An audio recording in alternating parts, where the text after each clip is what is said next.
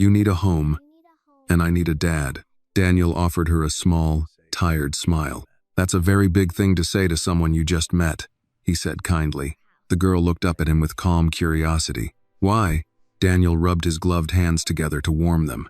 Well, he explained gently, usually children shouldn't invite strangers home. Your mom might worry if she knew you were talking to someone you don't know. The girl considered that for a moment. My mom says most people are good, she replied. Daniel nodded slowly. I think she's right, but it's still good to be careful. The girl didn't seem frightened at all. Does your mother know you're out here? Daniel asked. She thinks I'm asleep. Daniel couldn't help smiling a little.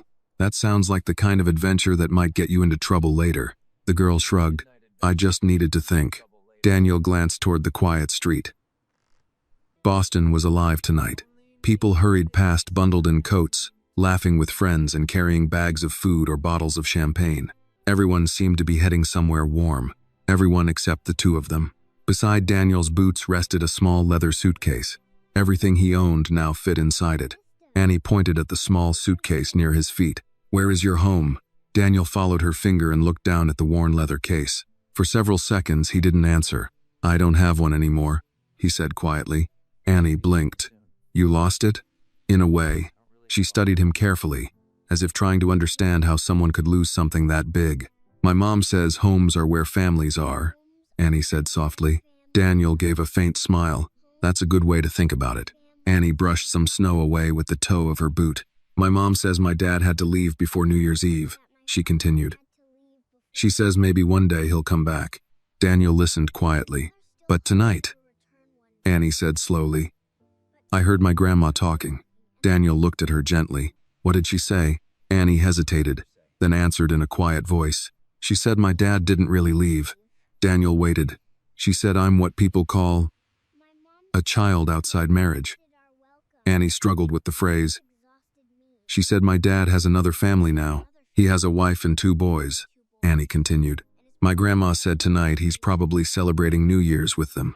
Daniel felt a tight heaviness settle in his chest. Annie finally looked up at him again. She said some kids are born without dads. Daniel didn't know what to say to that. For a moment, the two of them sat quietly together as snow continued falling around the small bus stop. Far away, someone cheered as a test firework burst over the river. Then Annie spoke again. You said you lost your home, she said gently. Daniel nodded. Yes. And your family? Daniel looked toward the dark street. Yes, he said softly. Annie seemed to think about that for a long moment. Then she turned toward him again, her voice quiet but full of hope. Tonight is New Year's Eve, she said. Daniel nodded. It is. On New Year's Eve, Annie continued.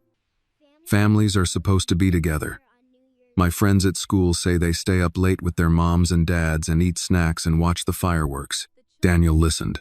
They all sit together, Annie said. And when the clock reaches midnight, everyone hugs. Her small voice softened. I've always wanted that. Daniel felt his throat tighten slightly. I just want one New Year's where I can sit at the table with a dad too, Annie added. She looked at him again, her eyes bright in the cold night. That's why I said what I said. Daniel tilted his head slightly. Annie repeated it softly, but with quiet certainty. You need a home to return to, and I need a dad. The wind moved softly through the empty bus stop. Daniel stared at the little girl beside him, unsure whether he should laugh or feel something deeper.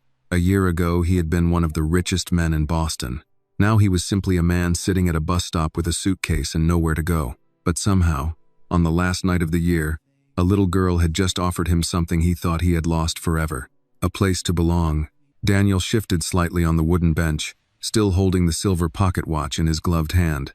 The small girl beside him watched the falling snow for a few seconds, then suddenly turned toward him again as if remembering something important. Wait, she said. Daniel looked at her. Yes? I just realized something. What's that? You never told me your name. Daniel blinked once, surprised. She was right. They had been talking for several minutes, yet neither of them had properly introduced themselves. The girl straightened slightly and extended a mitten-covered hand with surprising seriousness. My name is Annie, she announced politely. Annie Carter. Daniel couldn't help smiling at the formal gesture. He shook her tiny mitten carefully. Nice to meet you, Annie Carter. And your name? She asked. Daniel. Thanks for watching. She tilted her head. Just Daniel? He chuckled. That's usually how introductions work. Annie seemed to think about that. Okay then, she said with a small nod. Nice to meet you, Daniel. The way she said it made the moment feel oddly official, like they had just signed an agreement. For the first time that evening, Daniel felt a faint warmth in his chest that had nothing to do with his coat. Annie looked at him thoughtfully. Were you important before? The question came so naturally that Daniel didn't feel defensive hearing it. I used to run a company, he said. Like a store? Something like that, Daniel replied, but with computers. Annie nodded as if she fully understood. My friend Marcus says computers run the whole world. Sometimes it feels that way. What happened to your company? Daniel watched a snowplow crawl slowly down the distant street. It stopped running. Annie absorbed that quietly. My grandma says sometimes grown-ups lose things, she said. That's true. But she also says sometimes losing things helps you find something better. Daniel looked at her with curiosity. Your grandma sounds like she's had a long life. She has. They sat quietly for a moment again. The wind brushed softly against the bus shelter. In the distance, another burst of fireworks flickered faintly against the clouds. Annie suddenly spoke again. Daniel? Yes. Did you ever want to be a dad? The question caught him off guard. Daniel looked down at the silver pocket watch again. Yes, he said after a moment. Very much. What happened? Daniel closed the watch gently. Life took a different path. Annie nodded slowly, as if she understood more than most children her age. I think paths can change again, she said. Daniel smiled faintly. That's an optimistic way to see things. My grandma says hope is like a door. How so? It doesn't open if nobody tries the handle. Daniel let out a soft laugh. That might be the smartest thing I've heard all week. Annie seemed pleased. Across the street, two couples hurried past holding takeout bags and laughing loudly. One of them glanced toward the bus stop briefly, probably wondering why a man and a small child were sitting there so calmly in the snow. Daniel checked the pocket watch again. Ombir, Iliki PM, 8 minutes until midnight. Annie noticed the watch. That's a pretty one. It was my wife's gift, Daniel said. You were married? Yes. Is she working tonight like my mom? Daniel shook his head slowly. No. Annie didn't ask more questions. Children had a way of sensing when silence was the kindest response. Instead, she looked toward the street again where more people were walking quickly, bundled in scarves and hats. Everyone is going somewhere, she said. Daniel followed her gaze. Yes, probably to celebrate together. That's usually how New Year's works. Annie thought about that. Families sit together at midnight, she said softly. Daniel nodded. They do. They hug. Yes. And sometimes they make wishes. Daniel smiled slightly. That's also true. Annie turned toward him again. That's why I wanted to come outside tonight. Daniel studied her face. To make a wish? Yes. What kind of wish? Annie spoke very simply. I wanted to sit with someone who could be my dad. Daniel felt the quiet weight of those words settle between them again. If this moment touched your heart, please take a moment to like this video. Tell us in the comments where you are watching from, because we love seeing how far these stories travel. And if you enjoy stories about hope, family, and second chances, subscribe to the channel so you will not miss the next one. He looked down the empty street. A year ago, he had been surrounded by investors, colleagues, and reporters. Tonight, he was sitting at a bus stop with a little girl who made the most honest wish he had heard in years. The strange thing was that it didn't feel uncomfortable. It felt real. Daniel looked back at Annie. Well, he said gently, that's a very important wish. Annie nodded. And you wished for a home. Daniel gave a soft smile. I suppose I did.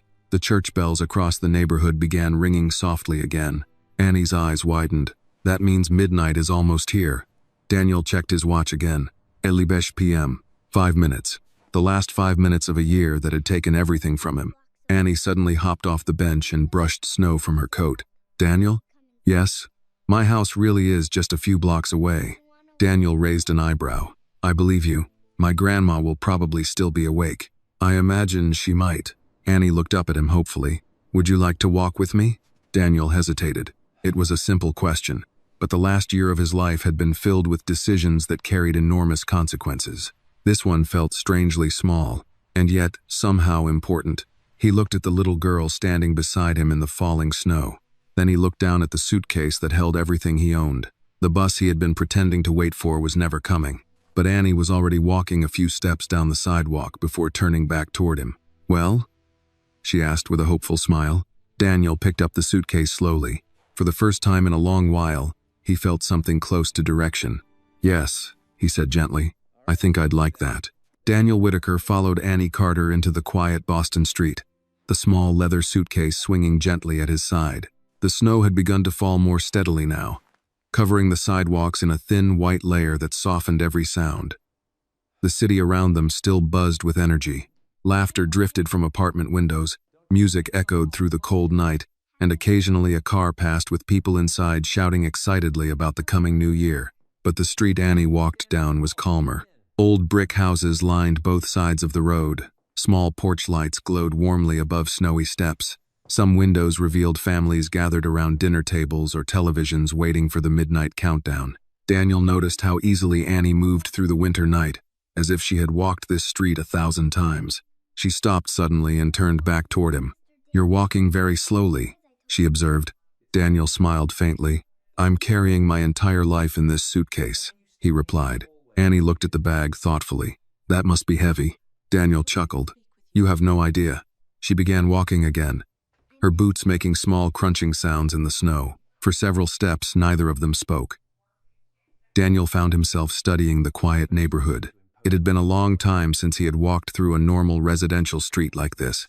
His old life had been filled with offices, private drivers, and business meetings. Even his home had sat high above the city where the streets below looked distant and quiet. Down here, everything felt different, real. After a minute, Annie spoke again.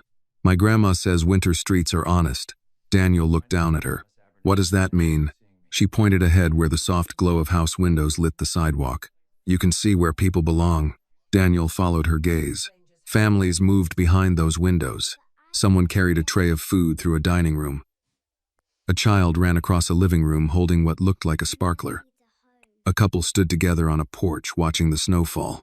Everywhere he looked, there were small pieces of life continuing without him. Annie's voice interrupted his thoughts. Daniel? Yes? Are you cold? A little. You can warm up soon. Daniel smiled gently. You sound very confident about that. My grandma always makes soup on New Year's Eve. Soap. Chicken soup, Annie said proudly. She says it keeps the whole house warm. Daniel laughed softly. That sounds like a good tradition. They reached the corner of another street, and Annie paused to check both directions before crossing. Daniel noticed the careful way she looked left and right before stepping off the curb. Your mom taught you that? He asked. My grandma did. They continued walking. Above them, the sky flickered again as another test firework lit the clouds for a moment. Annie gasped happily. I love fireworks. Your mom lets you stay up for them? Sometimes. Daniel checked the silver watch in his hand again. Ombir, Elia Dipeme, 3 minutes until midnight. The realization made him slow slightly. 1 year ago, he had stood on the balcony of his Beacon Hill home watching fireworks explode over the river with Emily beside him. Now he was walking down a quiet neighborhood street beside a 6-year-old girl he had met less than 15 minutes ago. Life had strange ways of rewriting its own story. Annie suddenly stopped again. Almost there, she said. Daniel looked ahead. A small blue house stood halfway down the block. Warm light glowed from the kitchen window, and a string of simple holiday lights hung along the front porch railing. It wasn't large, but it looked alive. Daniel felt something tighten quietly in his chest. Annie pointed proudly. That's my house. Daniel studied it for a moment. It looks nice. My grandma decorated the lights. She did a good job. Annie beamed at the compliment. They walked closer. From inside the house, Daniel could see the shape of an older woman moving slowly through the kitchen. Steam drifted above what looked like a pot on the stove. Annie glanced back at him. See? I told you she'd still be awake. Daniel hesitated slightly as they approached the front steps. You're sure this is all right? He asked gently. Annie tilted her head. Why wouldn't it be? Well, Daniel said carefully. Most grandmothers might be surprised if their granddaughter brings home a stranger right before midnight. Annie considered that. She might ask questions. That's usually how grandmothers work. But you're not dangerous, Annie said with simple certainty. Daniel laughed quietly. I appreciate your confidence. They reached the porch steps just as church bells somewhere in the neighborhood began to ring. Annie's eyes widened. That's the midnight bells. Daniel checked the watch again. Onbir. 59 p.m. 1 minute. Inside the house, the television volume suddenly rose as a countdown began somewhere in the living room. 10, 9. The voices from the broadcast echoed faintly through the window. Annie stood very still on the porch beside him. "Daniel?" she asked. "Yes? Do you think it still counts if you make a New Year's wish a few seconds early?" Daniel smiled. "I think wishes follow their own rules." Annie closed her eyes tightly. Daniel watched her for a moment. Then the voices from inside the television shouted the final numbers. 3, 2, 1. Fireworks exploded across the Boston skyline. Bright flashes of red and gold lit the snow-covered street. Inside the house, the television audience cheered loudly. Annie opened her eyes again. "Happy New Year," she said. Daniel looked at her. For the first time in 12 months, the words didn't feel empty. "Happy New Year, Annie." She grinned. "See? Now the year started with both of us not being alone." Daniel glanced at the small house glowing warmly behind the door. For a moment he felt something he hadn't allowed himself to feel in a long time. Possibility. Annie reached for the door handle. "Ready to meet my grandma?" she asked. Daniel adjusted his grip on the suitcase. Then he nodded. "I think I am." Annie pushed the door open with the easy confidence of someone returning to a place that had always been safe. Warm air immediately spilled onto the porch, carrying the comforting smell of chicken soup and freshly baked bread. After the cold silence of the street, the little house felt alive. Daniel stepped inside slowly, brushing snow from his coat and boots. For a moment he remained near the doorway, unsure exactly how a man in his situation was supposed to enter a stranger's home on New Year's Eve. The kitchen light glowed warmly at the far end of the hallway. A small television in the living room continued broadcasting the celebration in Times Square, the crowd on screen cheering as fireworks burst behind them. From the kitchen came the voice of an older woman. "Annie? Honey? Was that the door?" Annie quickly hung her coat on a small hook near the entrance. "Yes, Grandma, I'm back." Daniel heard slow footsteps approaching. A moment later, an elderly woman appeared in the doorway to the kitchen. She was small but carried herself with the quiet dignity of someone who had lived a long life. Silver hair was tied neatly behind her head, and she wore a soft blue sweater with an apron tied around her waist. Her hands still held a wooden spoon, but the moment her eyes landed on Daniel, she stopped, not frightened, just surprised. "Annie," she said slowly. "Who is this gentleman?" Annie stepped forward confidently. "This is Daniel." Daniel gave a polite nod. "Good evening, ma'am." The older woman studied him carefully for a moment. Years of experience showed in the way she observed him, not suspiciously, but thoughtfully. Then she looked down at Annie. "Would you mind explaining why Daniel is standing in our hallway on New Year's Eve?" Annie clasped her hands behind her back. "I met him at the bus stop." The wooden spoon lowered slightly.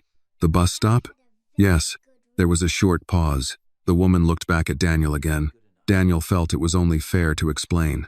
"I'm very sorry for the surprise," he said gently. "Your granddaughter found me sitting there alone and insisted I shouldn't spend New Year's Eve by myself." The older woman blinked once. Then she slowly placed the spoon on the kitchen counter and walked closer. Daniel noticed the calm strength in her expression. She extended her hand politely. "My name is Ruth Carter." Daniel shook it carefully. "Daniel Whitaker." "Well, Mr. Whitaker," Ruth said kindly, "I suppose meeting strangers on New Year's Eve is not something Annie normally does." Annie raised her hand slightly. "I had a good reason." Ruth looked at her. "And what reason would that be?" Annie answered simply, "He needed a home." Daniel glanced down, slightly embarrassed by the blunt explanation. Ruth crossed her arms gently, but her eyes softened. "And how exactly did you come to that conclusion?" Annie pointed toward the suitcase Daniel still held. "He was sitting alone with that." Ruth studied the suitcase for a moment. Then she looked back at Daniel. "Well," she said calmly, "that does sound like the beginning of a story." Daniel gave a small, humble smile. "It's been a long year." Ruth nodded. Many people could say the same. She turned toward the kitchen. "Since you're already here, Mr. Whitaker, you might as well come in and warm up." Daniel hesitated. "That's very kind of you, but I don't want to impose." Ruth waved her hand gently. "Anyone standing outside in this weather would be an imposition on common sense." Annie grinned. "See? I told you." Daniel finally stepped fully into the house. The warmth was immediate and comforting. The living room was small but welcoming. A soft couch sat near the television, and a modest Christmas tree stood in the corner with simple ornaments and white lights. On the coffee table sat 3 mugs and a bowl of popcorn. Ruth noticed Daniel looking around. "Nothing fancy," she said. "But it keeps us warm." Daniel nodded sincerely. "It's a lovely home." Annie climbed onto the couch and tucked her feet beneath her. We were about to watch the fireworks. Ruth returned to the kitchen and lifted the lid from the large pot on the stove. Steam rose into the air. "Mr. Whitaker," she called gently. "Have you eaten tonight?" Daniel realized he had not. "Not yet," he admitted. "Well then," Ruth said firmly. "You're just in time." She began ladling soup into bowls. Daniel placed his suitcase carefully near the door. The smell of the soup filled the small kitchen, chicken, herbs, and something warm and familiar that reminded him unexpectedly of childhood. Ruth set 3 bowls on the small dining table. "Come sit." Daniel hesitated again. "You're sure this is all right?" Ruth looked at him with quiet understanding. "Mr. Whitaker, when the year ends, people should not be alone." Daniel felt those words settle somewhere deep in his chest. He pulled out a chair and sat. Annie watched happily from across the table. "See?" she said proudly. "Now we're all together." Ruth handed Daniel a spoon. He held it for a moment before speaking. "You know," he said softly, "this is the first meal I've had at a table in quite a while." Ruth didn't ask questions. She simply nodded. "That happens sometimes." From the living room, the television announcer's voice echoed again as another round of fireworks began lighting the Boston sky. Bright flashes flickered through the window. Annie ran to the couch and pointed excitedly. "Come look." Daniel stood and walked toward the window. Outside, fireworks burst above the city in bright colors. Red, gold, blue. Their reflections shimmered across the snow-covered rooftops. Annie stood beside him watching the sky. "Pretty, right?" she whispered. Daniel nodded slowly. Yes. For the first time in many months, the fireworks did not remind him of everything he had lost. Instead, they felt like something else entirely. A beginning. Behind them, Ruth Carter watched quietly from the kitchen doorway. Then she smiled gently to herself, because sometimes, on the coldest nights of the year, the right people somehow find their way to the same door. The fireworks over Boston continued for nearly 20 minutes. Annie watched every single one. She knelt on the couch with her hands pressed against the window, her face glowing with excitement every time a burst of color spread across the winter sky. "Did you see that one?" she gasped. Daniel stood beside her, holding a mug of hot chocolate Ruth had quietly placed in his hands. "Yes," he said with a small smile. "That one was impressive." Another firework exploded in gold above the rooftops. Annie laughed softly. "My grandma says fireworks are like the sky celebrating." Daniel glanced toward Ruth, who was sitting calmly at the kitchen table finishing her soup. "She sounds like a wise woman," he said. Ruth raised an eyebrow. "I've lived long enough to notice a few things." The fireworks slowly began to fade, leaving behind only drifting smoke and quiet snow falling over the neighborhood again. Annie finally climbed down from the couch and returned to the table. Ruth slid another slice of warm bread toward Daniel.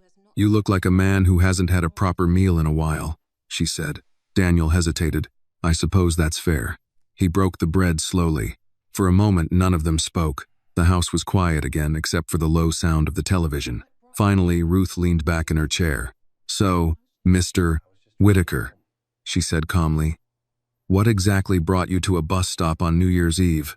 Daniel considered the question carefully. He had spent the last year explaining his situation to bankers, lawyers, and reporters.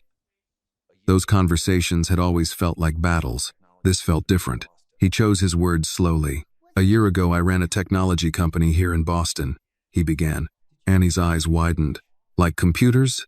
"Yes," Daniel said gently. "Were you rich?" Annie asked with complete innocence. Ruth cleared her throat softly. "Annie, it's all right," Daniel said with a quiet smile. "Yes," he admitted. "At one time I was." Annie blinked. "So what happened?" Daniel looked down at his hands. "Several things happened at once." He spoke calmly, but the memories still carried weight. The market shifted. Investors panicked. The company collapsed faster than we expected. Ruth nodded slowly. "I've seen that happen to good people before," Daniel continued. "While all that was happening, my wife was sick." Annie leaned forward slightly. "Sick like the flu?" Daniel shook his head gently. "No, something more serious." "Did she get better?" Daniel's voice softened. "No." The small room grew quiet. Annie seemed to understand enough not to ask more questions. Ruth spoke instead. I'm sorry for your loss. Daniel nodded. Thank you. He took another sip of the hot chocolate. After she passed, the rest of my life unraveled pretty quickly. Annie looked at the suitcase near the door. That's why everything you own fits in that bag? Daniel smiled faintly. Yes. Annie sat quietly for a moment. Then she said something unexpected. Well, you still have your watch. Daniel glanced down at the silver pocket watch in his hand. Yes, he said softly. I do. Annie seemed satisfied with that. Ruth folded her hands on the table. So tonight you were simply sitting there, deciding what comes next. Daniel nodded. That's one way to put it. Ruth studied him thoughtfully. You strike me as a man who spent most of his life making plans. Daniel let out a quiet breath. That used to be true. And tonight, Daniel admitted, I had no plan at all. Annie smiled proudly.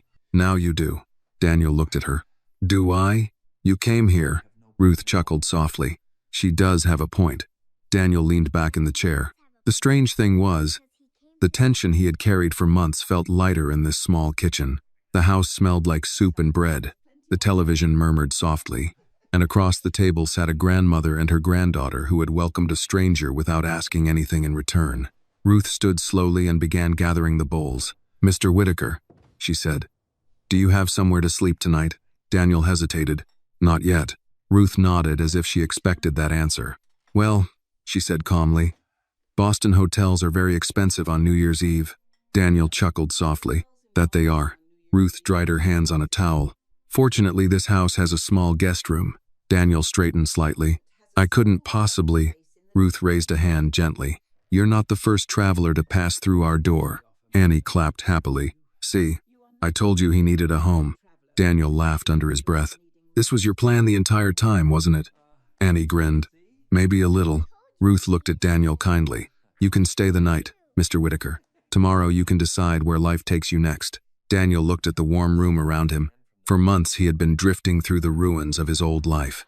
But somehow, on the first night of a new year, he had found himself sitting at a small kitchen table in a quiet Boston home. And for the first time in a long while, he didn't feel like he was alone. He nodded slowly. Thank you. Annie raised her mug of hot chocolate like a toast. Happy New Year, Daniel. Daniel lifted his own mug. Happy New Year, Annie. And outside, as the snow continued to fall gently across the city, the first quiet hours of the new year began. The house had grown quiet by the time the dishes were washed and the television volume turned down. Outside, the last echoes of fireworks had faded, leaving only the soft hush of falling snow across the Boston neighborhood. The streetlights glowed against the white sidewalks, and the occasional car passed slowly through the peaceful streets. Inside the small blue house, warmth lingered in every room. Annie had begun to yawn. At first she tried to hide it, covering her mouth with both hands as if the yawn might escape and embarrass her.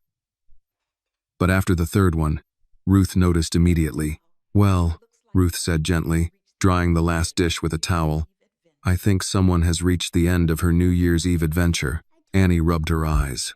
I'm not tired, she said automatically. Daniel chuckled softly from the chair near the table.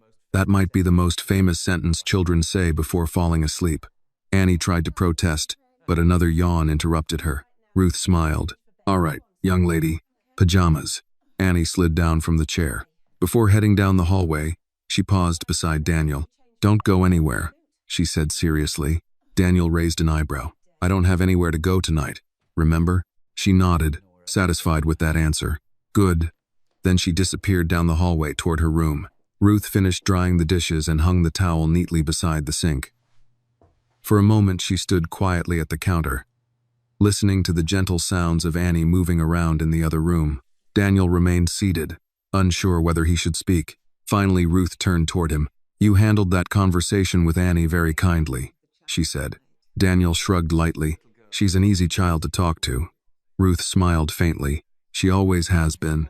Daniel looked toward the hallway where Annie had disappeared. She's very perceptive. That comes from paying attention, Ruth replied. Something many adults forget to do. Daniel nodded slowly. I noticed that. Ruth poured 2 cups of tea and set one in front of Daniel before sitting across from him. Steam curled gently upward between them.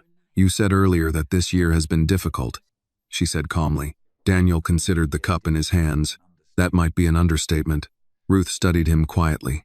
I won't ask for details you don't want to share. Daniel appreciated the respect in her tone. That's kind of you. But I will say this, Ruth continued. Life sometimes strips things away so we can see what truly matters. Daniel looked up at her. That sounds like something Annie might say. Ruth chuckled softly. She learned it from listening. For a moment, they both sipped their tea in comfortable silence. Then Ruth asked gently, "Do you have any family left?" Daniel shook his head slowly. "My parents passed away several years ago." "And siblings?" "None." Ruth nodded thoughtfully. "So Annie wasn't wrong when she said you were alone tonight." Daniel gave a quiet smile. "No, she wasn't." The hallway light flicked off, and a few seconds later Annie returned wearing soft blue pajamas with tiny snowflakes printed across them. Her hair had been brushed and tied loosely behind her head. She carried something in her hands. A small, folded blanket. She walked straight to Daniel and handed it to him. "You might need this," she said. Daniel blinked in surprise. "For what?" "In case you get cold in the guest room." Daniel accepted the blanket gently. "Thank you, Annie." She nodded seriously. "My grandma says guests should always feel comfortable." Ruth smiled. "I do say that." Annie climbed onto the couch and curled into the corner. "Can we watch the fireworks replay before I go to bed?" she asked, hopefully. Ruth glanced at the clock. "It's already past midnight." "Just 5 minutes?" Daniel leaned back in his chair. "I think 5 minutes sounds reasonable for a New Year's tradition." Ruth pretended to consider the idea. "Well," she said finally, "since our guest approves." Annie grabbed the remote happily and turned the television volume up slightly. On the screen, the earlier fireworks display replayed in bright colors above the Boston skyline. The room filled again with flashes of red and gold. Annie watched with sleepy fascination. Within minutes, her head leaned slowly against the arm of the couch. Daniel noticed it first. "She's falling asleep." Ruth stood quietly. "That happens every year." Daniel watched as Annie's eyes closed completely. Ruth gently covered her with a small quilt from the back of the couch. "She'll sleep better in her bed," Daniel said softly. Ruth nodded. "Would you mind helping me carry her?" Daniel stood carefully. Together they lifted the sleeping child.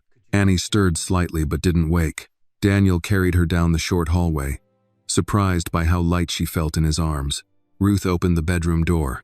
The room was small but cheerful, filled with books, drawings taped to the walls, and a stuffed bear resting on the pillow. Daniel laid Annie gently on the bed. She murmured something softly in her sleep. Ruth pulled the blanket up around her shoulders. "Thank you," Ruth whispered. Daniel stepped quietly back into the hallway. They returned to the living room where the television now showed the last clips of the night's celebrations. For a moment, neither of them spoke. Then Ruth turned toward him. "You're welcome to stay as long as you need to get back on your feet," she said calmly. Daniel looked at her, surprised. "That's very generous." Ruth shrugged lightly. "I've learned something after 70 years. "What's that?" "People sometimes arrive in our lives for a reason." Daniel glanced toward the hallway where Annie slept. "Your granddaughter believes that." Ruth smiled gently. "Yes," she said. "She does." Outside, the snowfall continued quietly, and inside the small house, Daniel Whitaker realized something surprising. For the first time in a very long while, he was no longer wondering where he would sleep. He already knew. Morning arrived quietly.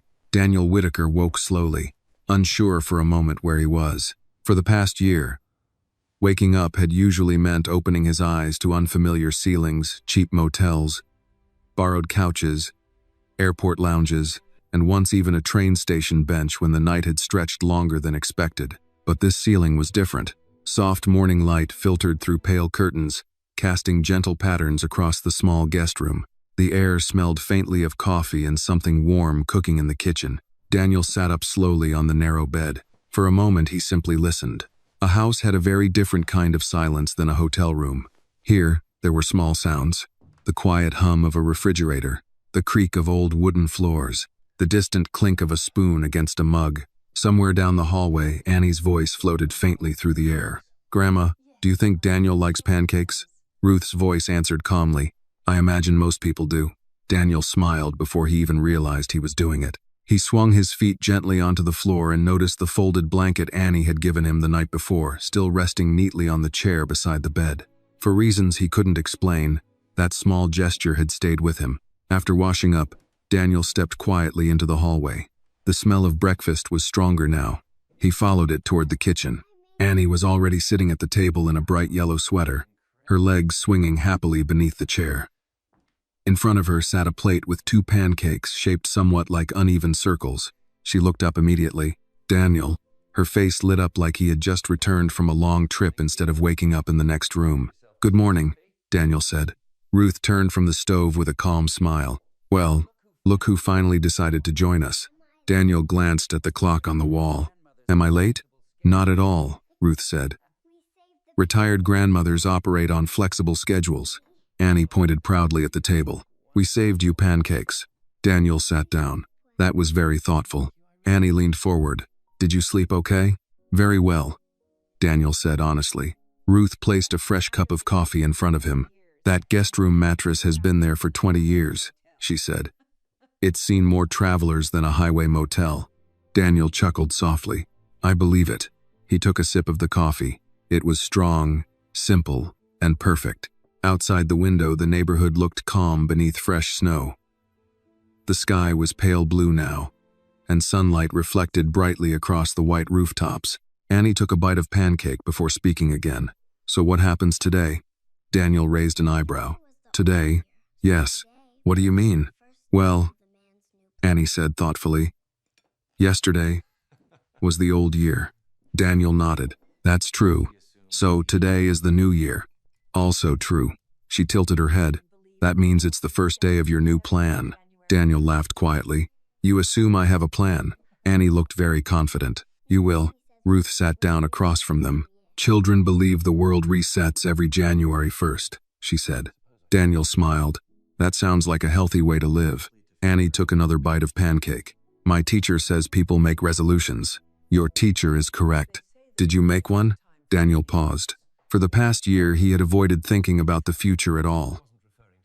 Each day had been about surviving the next problem, the next bill, the next disappointment.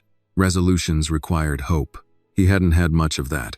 But Annie was watching him expectantly, so he answered honestly, "I suppose my resolution is to figure out what comes next."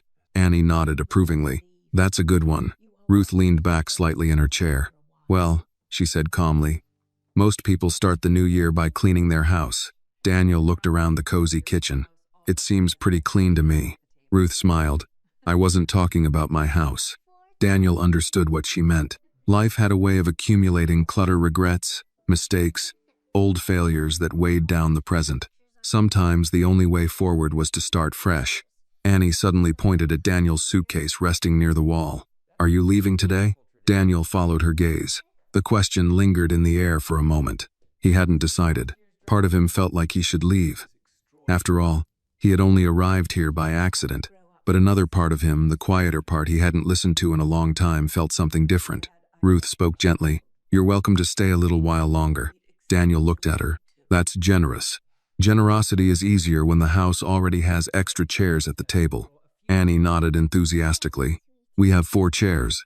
Daniel smiled. "Yes, I noticed." He finished his coffee slowly. Then he looked back at Annie. "What are your plans today?" Annie thought for a moment. "I usually draw pictures on New Year's Day." "What kind of pictures?" "Future pictures." Daniel tilted his head. "Future pictures?" "Yes. I draw what I hope the year will look like." "That sounds like a wonderful tradition." She smiled proudly. "Do you want to see last year's?" "Of course." Annie jumped from her chair and ran down the hallway. Daniel turned toward Ruth. "She's an extraordinary child." Ruth nodded quietly. "She's had to grow up faster than most." Daniel looked toward the hallway. "I'm glad I met her." Ruth studied him thoughtfully. "Sometimes people meet exactly when they need to." Daniel didn't respond immediately, because deep down, he was beginning to realize something. The little girl who had found him at a bus stop might not have just changed her own New Year's Eve. She might have changed his entire life. Annie returned from the hallway carrying a large sheet of paper almost as wide as her arms. She held it carefully, like something important that should not be folded or bent. "Found it," she announced. Daniel turned in his chair as she hurried back to the kitchen table. Ruth smiled quietly and slid her coffee mug aside so Annie could spread the paper across the table. "What are we looking at?" Daniel asked. "My future picture," Annie said proudly. The drawing was made with bright crayons. The lines were uneven, and the shapes were simple, but the colors were full of life. Daniel leaned closer. In the center of the page stood a small house with a yellow roof. Smoke curled from the chimney. A tall stick figure stood beside the house, holding hands with a smaller one. Daniel pointed gently. "That must be you." Annie nodded. "That's me. And this person? That was supposed to be my dad," Annie said matter-of-factly. Daniel looked at the drawing again. The stick figure father had long arms and a smiling face. Fireworks filled the sky above the little house. "You even drew fireworks," Daniel said. It was a New Year's picture. Ruth leaned forward to study the drawing. "You made this last January," she said. Annie nodded. "My teacher said to draw what we hope the year will look like." Daniel noticed something else in the picture. 3 small figures stood beside the house. "Who are they?" he asked. "That's my mom," Annie explained, pointing. "And that's Grandma." "And the third one?" Annie hesitated for a moment. "That was supposed to be my dad." Daniel's chest tightened slightly. Ruth placed a gentle hand on Annie's shoulder.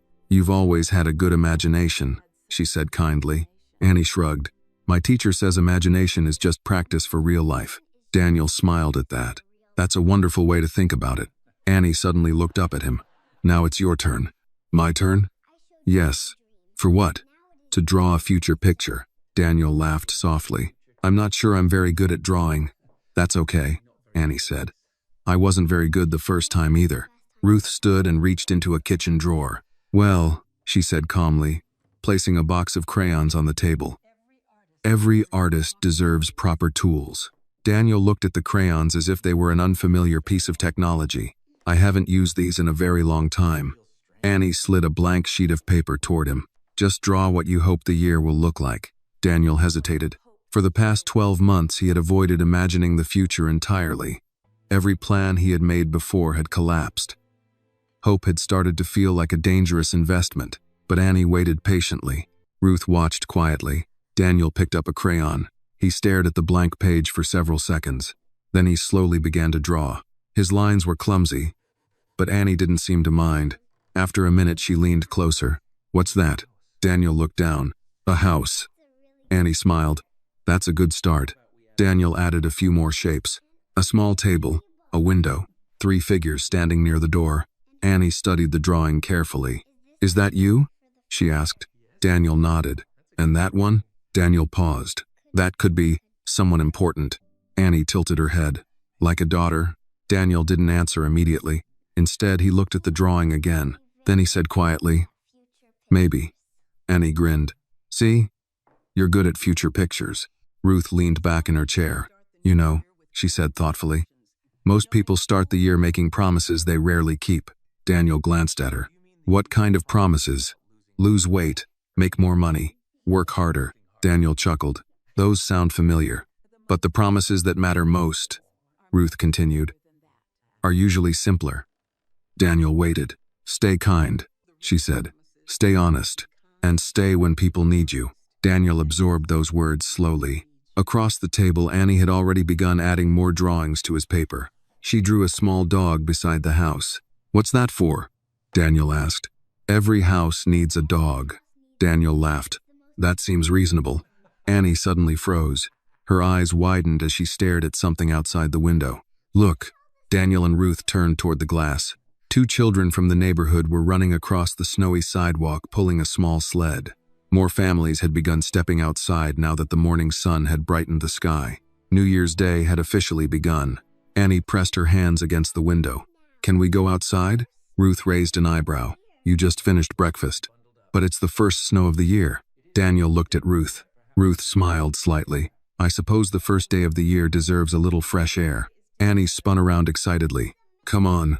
Daniel stood slowly. "You're very persuasive," he said. Annie nodded proudly. "My grandma says that's a useful skill." Ruth shook her head with a soft laugh. "Well, Mr. Whitaker," she said, reaching for her coat, "it appears you've been recruited for a snow adventure." Daniel picked up his coat from the chair. For the first time in months, stepping outside into the cold didn't feel like wandering. It felt like joining something. As Annie rushed toward the door, Daniel glanced once more at the drawing still resting on the table. A small house, 3 figures, a dog, and fireworks in the sky. Maybe, he thought quietly, the future wasn't as empty as he once believed. The snow outside felt brighter than it had the night before. New Year's Day sunlight reflected across the fresh white streets, turning the quiet Boston neighborhood into something that looked almost magical. The air was cold but clean, and the sky above the rooftops had cleared into a pale winter blue. Annie burst out of the front door first. "Wait for me," she called back. Already halfway down the small front steps, Daniel stepped carefully onto the porch behind her, adjusting the collar of his coat as the cold air greeted him. Ruth followed more slowly, wrapping a thick scarf around her neck. The snow beneath their boots made soft crunching sounds.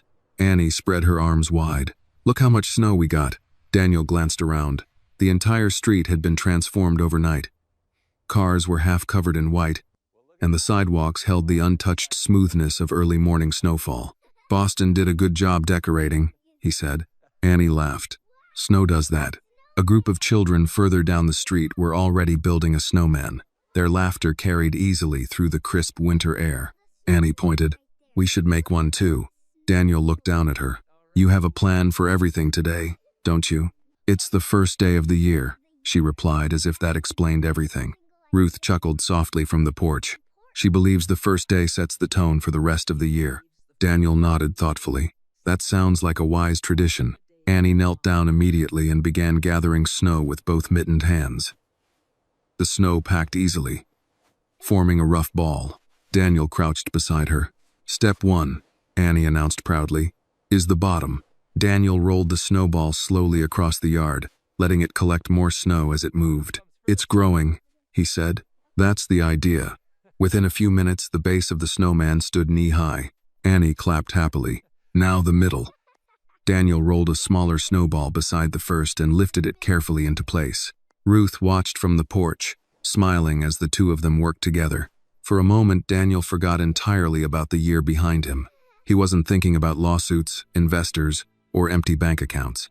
He was simply building a snowman with a 6-year-old girl on a quiet New Year's morning. "Now the head," Annie said. Daniel rolled a third ball and carefully placed it on top. The snowman leaned slightly to one side. Annie tilted her head critically. "He looks like he's thinking." Daniel laughed. "Most snowmen probably are." Annie ran toward the porch. "Grandma! We need buttons." Ruth disappeared briefly inside the house and returned with 3 dark buttons and an old carrot. "Every snowman deserves a proper face," she said. Annie carefully pressed the buttons into the snow for eyes and a smile. Daniel inserted the carrot nose. "There," Annie said proudly, stepping back to admire their work. "He looks friendly." Daniel studied the crooked snowman. "I think he does." The neighborhood had grown livelier while they worked. More families had stepped outside, children pulling sleds and adults carrying mugs of coffee as they greeted neighbors across fences. An older man walking his dog waved from the sidewalk. "Happy New Year," Ruth waved back. "Happy New Year, Mr. Jenkins." The man glanced toward Daniel curiously, but offered a friendly nod. "New neighbor?" Ruth smiled. "Just visiting." Mr. Jenkins tipped his hat politely before continuing down the street. Annie brushed snow from her gloves. "Everyone seems happier today." Daniel followed her gaze. People were smiling more. Children were laughing louder. The first day of the year carried a strange optimism that even adults struggled to resist. "That's because people believe the year is still full of possibilities," Daniel said. Annie nodded thoughtfully. "That's how I feel." She looked up at him. "Do you?" Daniel hesitated. For the past year, he had felt like a man standing in the ruins of something he once built. Possibilities had seemed like a luxury for other people, but standing here now, beside a snowman with a crooked smile and a child who believed every year deserved a fresh beginning, the future didn't feel quite so empty. "I think I'm starting to," he said. Annie grinned. "Good." She suddenly grabbed a handful of snow and gently tossed it at Daniel's coat. The snow burst into powder against his sleeve. Daniel looked down at the white mark. "Was that a snowball?" Annie tried to hide her smile. "Maybe." Daniel scooped up a small handful of snow and tossed it lightly toward her boots. Annie squealed with laughter. Ruth shook her head from the porch. "You two are going to start a war." "Friendly fire," Daniel said. The snowball exchange lasted only a few minutes, but Annie's laughter filled the yard like music. Eventually, she collapsed into the snow beside the snowman, giggling. Daniel offered her a hand and helped her stand. Her cheeks were red from the cold. "Hot chocolate break?" Ruth called from the porch. Annie immediately nodded. "Yes." They returned inside the house where warmth wrapped around them again.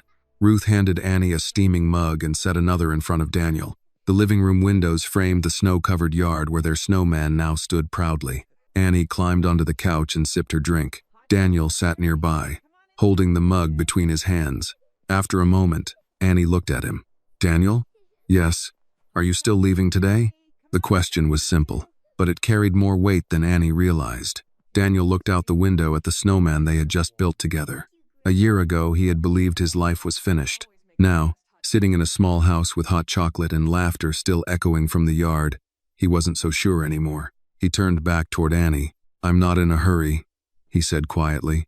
Annie smiled, and for the first time since the company collapsed, Daniel Whitaker allowed himself to imagine that maybe, just maybe, the new year had brought him somewhere he was meant to be. The house settled into a calm rhythm that afternoon. Outside, the neighborhood still carried the soft excitement of New Year's Day. Children dragged sleds across snowy sidewalks.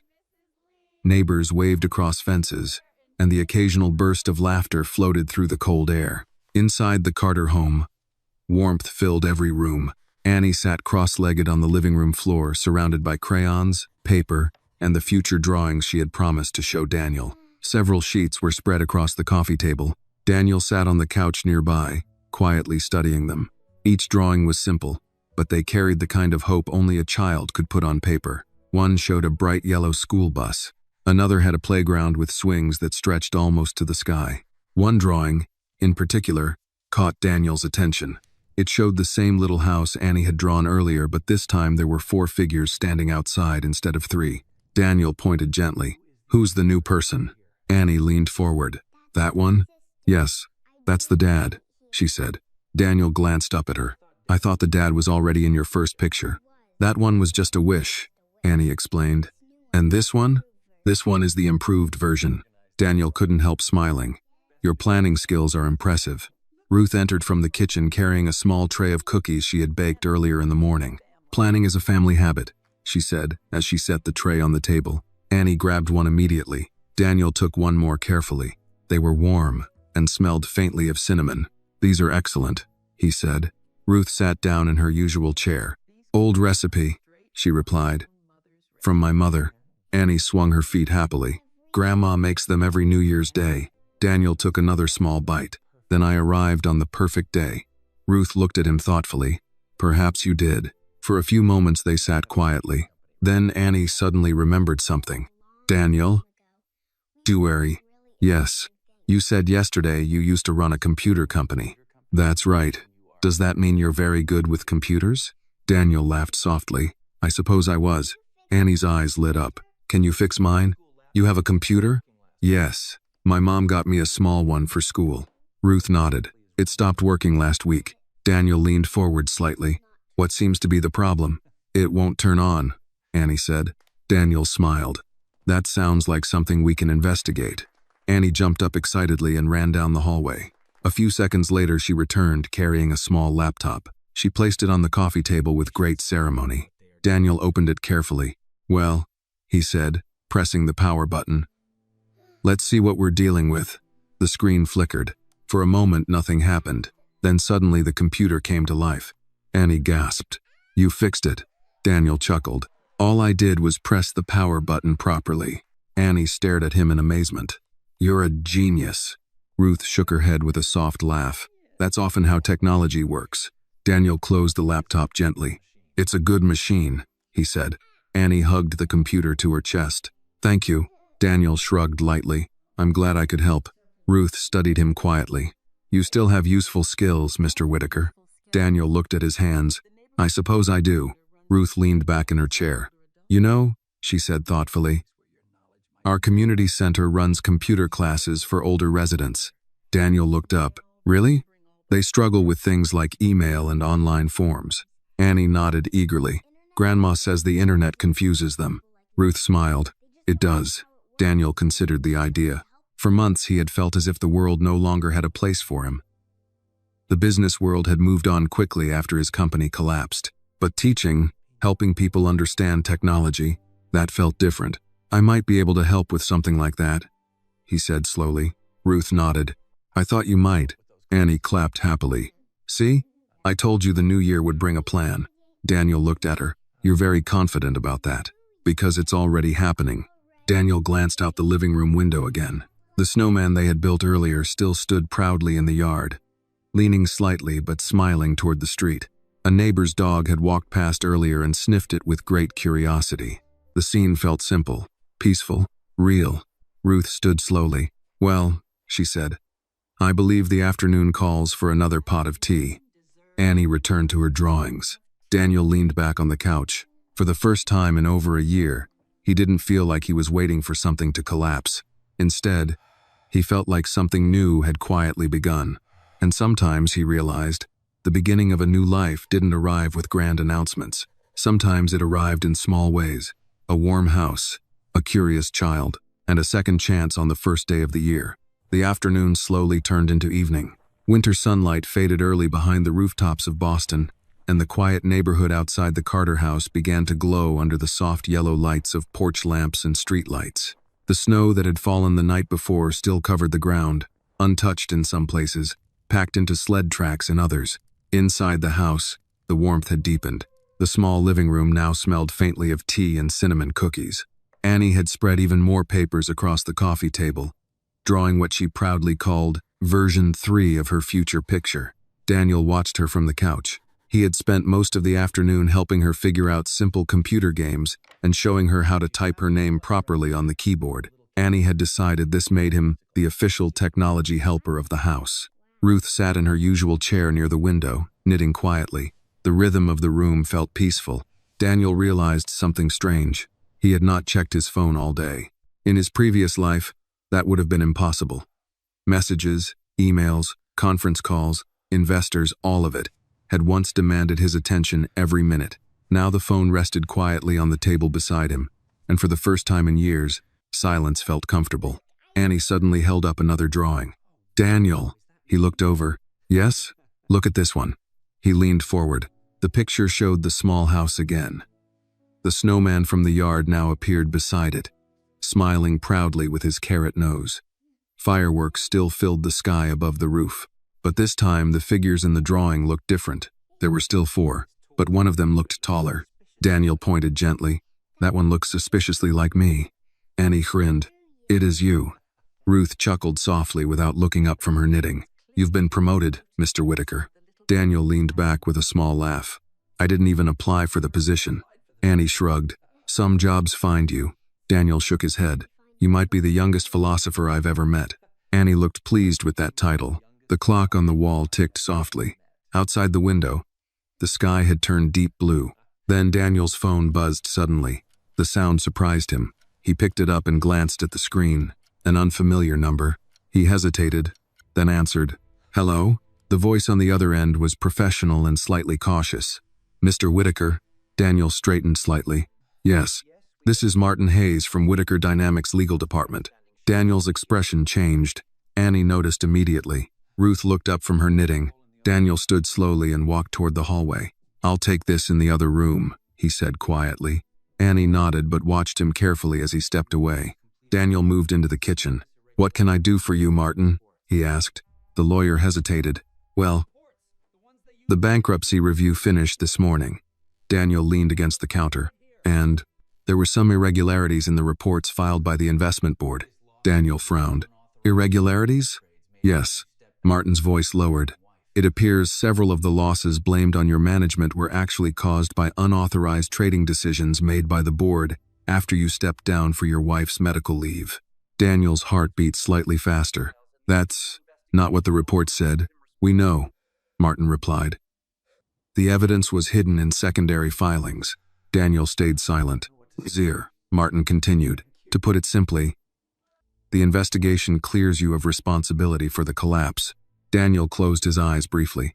For months he had carried the weight of that failure. The public had blamed him. The media had blamed him. He had blamed himself. You're saying the company didn't fall because of me? That's correct. Daniel exhaled slowly. There's more, Martin added. Daniel waited. The investors who pushed for bankruptcy are now facing legal consequences. And what does that mean for me? It means your professional reputation is likely to recover. Daniel looked toward the living room where Annie's voice could be heard softly. And the company? Whitaker Dynamics is gone, Martin said honestly.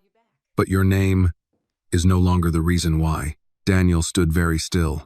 For the first time in a year, the shadow that had followed him everywhere felt lighter. Thank you for telling me, he said quietly. Of course, Martin replied. And Mr. Whitaker? Yes, you might want to check the financial settlement filed this afternoon. What settlement? You'll see. The call ended. Daniel remained in the kitchen for several seconds. He looked down at his phone. Then he slowly returned to the living room. Annie immediately looked up. Was that important? Daniel sat down on the couch. It might have been. Ruth watched him carefully. Good news or bad? Daniel thought for a moment. Unexpected news. Annie tilted her head. Does that mean the year is getting better? Daniel looked at the drawing on the table again. The little house, the snowman, the 4 figures standing together. For the first time in a long time, the future didn't feel like something to fear. It might, he said softly, and Annie smiled like she had known that all along. Daniel Whitaker sat quietly on the couch for several minutes after the call ended. Annie had returned to her drawings, humming softly to herself while adding bright blue fireworks above the little house in her picture. Ruth's knitting needles clicked gently in the corner of the room, their steady rhythm filling the peaceful silence of the evening. Outside the window, night had fully settled across the neighborhood. Streetlights reflected across the snow-covered sidewalks, and the houses along the block glowed warmly as families finished their New Year's Day dinners. Daniel leaned back and exhaled slowly. For months, he had carried a quiet burden he rarely spoke about. When Whitaker Dynamics collapsed, the headlines had been merciless. Investors lost money, employees lost jobs. Commentators on television called it a cautionary tale about ambition and poor leadership. Daniel had believed those stories. He had believed that he had destroyed the company. But now, hearing the truth from the lawyer, something inside him had shifted. Not everything that happened had been his fault. He glanced across the room at Annie. She had finished another drawing and was now coloring the roof of the little house bright orange. What color is that supposed to be? Daniel asked. Annie looked up proudly. Sunset orange. Daniel smiled. That sounds very specific. My teacher says sunsets mean the day is ending, but the sky is still beautiful. Ruth chuckled softly. That teacher deserves a raise. Daniel leaned forward slightly. Annie, can I ask you something? She nodded. Of course. Why did you sit down beside me at the bus stop last night? Annie seemed surprised by the question. Because you were alone. That's true. And because, she continued, you looked like someone who needed company. Daniel nodded slowly. But there were probably lots of people alone in the city last night. Yes, Annie said. Why me? She thought about it carefully. Then she said something very simple. You looked kind. Daniel felt a quiet warmth spread through his chest. Ruth spoke gently from her chair. Children notice things adults miss. Daniel believed that. He had spent most of the past year surrounded by people who judged success by numbers, profits, and headlines. But Annie had looked at him and seen something else, something human. He glanced again at the drawing on the coffee table. The house, the snowman, the 4 figures. Annie, he said softly. Yes, if your future picture came true, what would that feel like? She didn't hesitate. Warm. Warm. Warm?